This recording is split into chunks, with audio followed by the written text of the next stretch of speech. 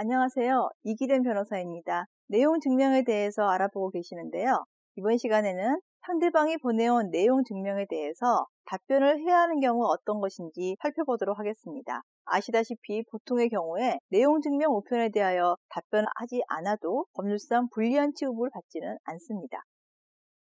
그런데 어떤 경우에는 상대방이 보내온 내용 증명 우편에 대해 기간 내에 답변을 하지 않는 경우에 법률상 일정한 효과가 생기는 일이 있는데요. 따라서 이때는 내용 증명을 정확히 검토하여 답변을 해야 합니다. 이것은 법률 규정에 의하여 직접 일정한 법률 효과가 주어지는 경우로 이해되고 있습니다. 여기에서 법 이론적인 내용을 세세히 알 필요는 없다고 생각되지만 민법상 최고권이라는 이름으로 규정되어 있는 것 등이 그것입니다.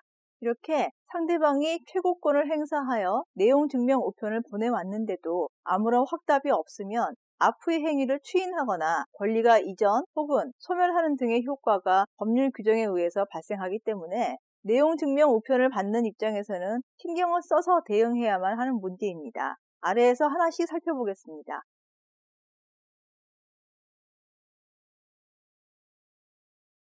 18세 된 고등학생 남이숙은 고3 겨울방학 때 친구들과 화장품 가게에서 고가의 메이크업 세트를 구입하였는데 남이숙이 미성년자인 것을 알게 된 화장품 가게에서는 남이숙이 성년이 된 것을 알고 메이크업 구입 행위를 추인할 것인지를 확답하라는 내용 증명 우편을 남이숙 앞으로 보내왔습니다. 네, 고등학교 여학생에게 화장품을 판매했던 모양인데요. 이 경우는 최고권이라는 것인데요. 미성년자의 상대방은 사례에서 나 미숙이 성년이 된 후를 말하겠죠. 이에 대하여 1개월 이상의 기간을 정하여 그 취소를 할 수 있는 행위를 추인할 것인지를 최고할 수 있는데요. 이 사례에서 화장품 가게 주인은 내용 증명 우편으로 최고한 것을 알 수 있습니다.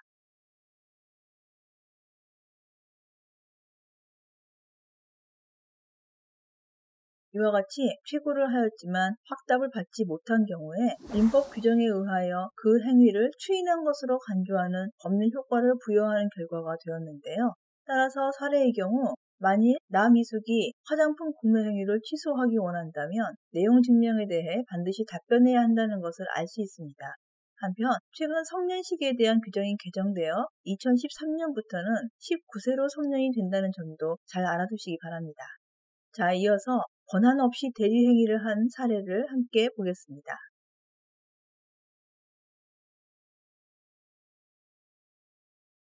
사업에 실패하여 자금이 필요했던 맘대로 씨는 아버지 명의로 되어 있는 경기도 용인 소재 토지 10,000제곱미터를 아버지 허락도 없이 R건설 회사에 팔게 되었습니다.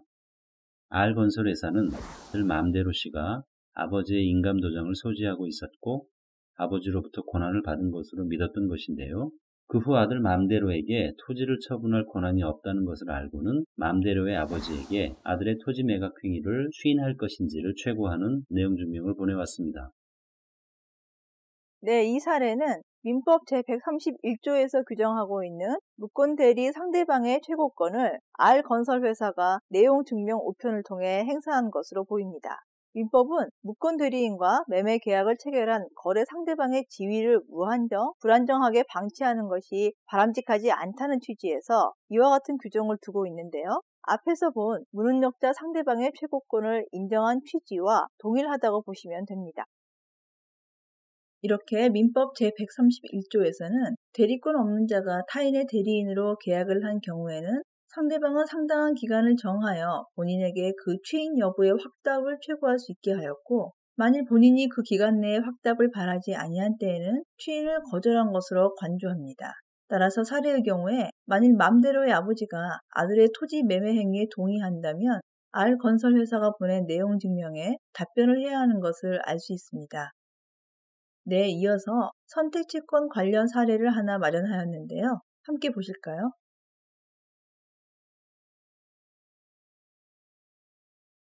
선택혜 씨는 친구 보장혜 씨가 운영하는 중고차 매매 상사에서 차를 구입하기로 하고 당시 매매 상사의 매물로 나와 있던 3,000km를 운행한 K사의 승용차와 9,000km를 운행한 H사의 SUV 중 한 대를 결정하여 사기로 하였습니다. 그런데 선택해의 부인 신차로 씨가 새 차 구입을 요구하면서 결정을 못하고 있는 사이에 다른 사람이 중고차 매입에 관심을 보이자 친구 보장혜 씨는 선택해에게 내용증명 우편을 보내요.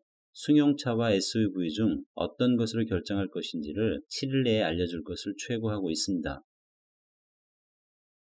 네, 이 사례는 선택 채권과 관련된 것으로 보이는데요. 보통 선택 채권은 채권의 목적이 선택적으로 정해져 있는 채권으로 사례와 같이 3,000km를 운행한 K사의 승용차 또는 9,000km를 운행한 H사의 SUV와 같이 두 개의 급부 중에 하나를 선택해가 선택하면 채권의 목적이 확정되는 것입니다. 사례에서는 친구 사이인 선택해와 보장해의 계약에 의해 선택 채권이 발생했다고 보이며 또한 선택권은 선택해에게 있다는 것을 알 수 있습니다.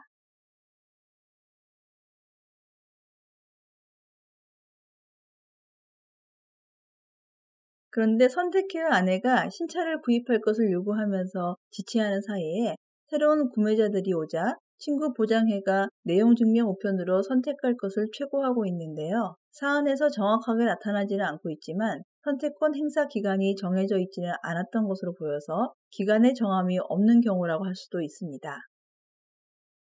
어쨌든 이런 경우 채권의 이행기가 도래한 후 상대방, 즉 여기서는 중고 매매 상사를 운영하는 친구 보장회가 상당한 기간, 여기서는 7일을 정하고 있는데요.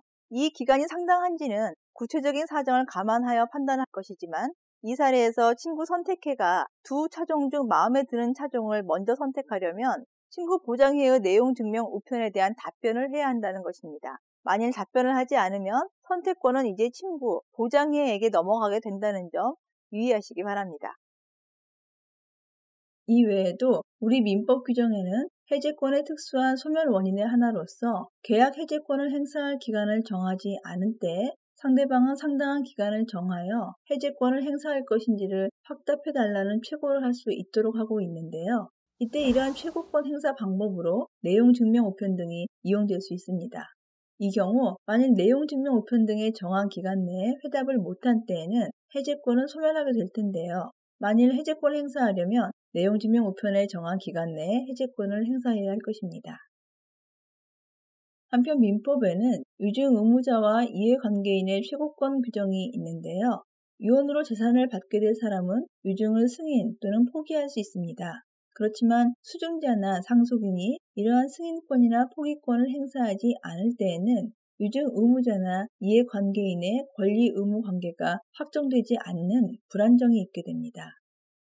따라서 민법은 이러한 법적 불안정성을 줄이기 위해 상당한 기간을 정하여 그 기간 내에 승인 또는 확답할 것을 수증자 또는 그 상속인에게 최고할 수 있게 하였고 만일 확답을 하지 않으면 유증을 승인한 것으로 간주하고 있습니다. 마찬가지로 이때 수증자 또는 그 상속인에게 하는 최고권의 행사를 내용 증명 우편으로 할 수 있다는 것이고 만일 수증자나 그 상속인이 어떤 이유로 유증을 원하지 않는다면 그러한 확답을 해야 할 필요가 있게 됩니다.